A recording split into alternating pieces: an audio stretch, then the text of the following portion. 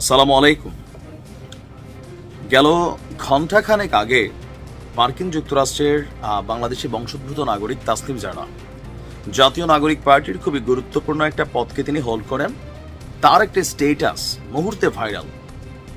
কমেন্টে যারা বিএনপি পন্থী আছেন তাসনিম জারার 14 গোষ্ঠী উদ্ধার করছেন, কারণ তিনি আসলে কি বলেছেন। তিনি লিখেছেন যে এক পরিবারের কারণে, মানে একটা পরিবারের কারণে আপনার এই সংস্কার কার্যক্রম আটকে থাকবে না। তার এমন বক্তব্যের পরেই মিডিয়াতে বিষয়টা খুবই ভাইরাল।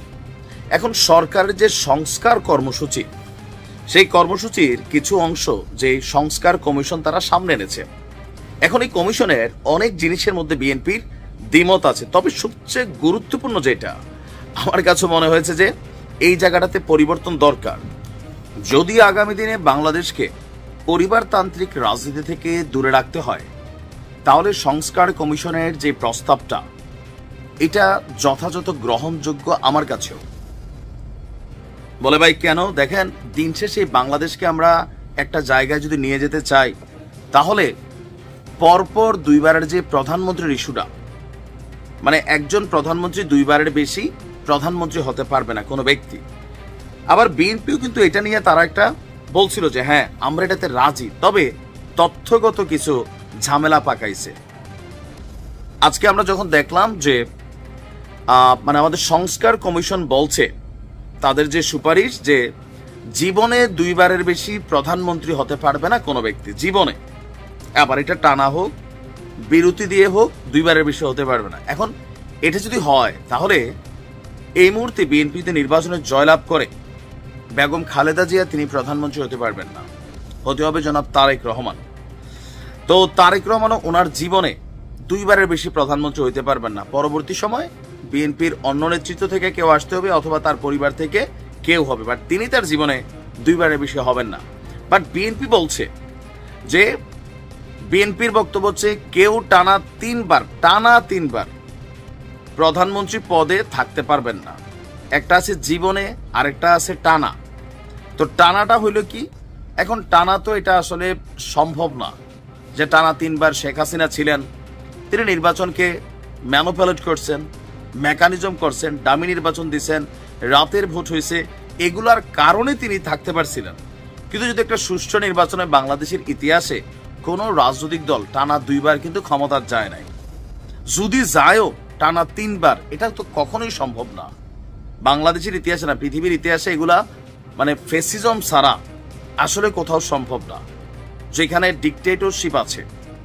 তো বিএনপির এই জায়গাটাতে আপত্তি, তাদের বক্তব্য যে যদি কেউ চায় তাহলে ধরেন 2 বার হয়েছে, এরপরে একবার তিনি বিরতি দিয়া পরে আবার হইতে পারবেন, অথবা এখন একবার হয়েছেন পরের বার বিরতি দিয়া আবার হইতে পারবেন। মানে মোট কথা তিনি হইতে পারবেন ধাপ ধাপ দিয়া। এছাড়া রাষ্ট্রপতি, প্রধানমন্ত্রী, সংসদের মেয়াদ সংস্কার কমিশন বলছে 4 বছর, বাট বিএনপি বলছে এটা 5 বছর। এটা চাইবে, এটা বিএনপির জায়গায় আওয়ামী লীগ হলেও 5 বছরই চাইতো। আবার এই যে অবজেকশনটা বিএনপি দিচ্ছে, এটা কিন্তু আওয়ামী লীগও দিবে 100%। আজকে যদি প্রেক্ষাপটে আওয়ামী লীগ থাকতো, তারাও কিন্তু 4 বছরের জন্য না, কারণ মোটামুটি একটু আসন টাসন গাইরা পয়সা টয়সা কামাইতে তো সময় লাগে।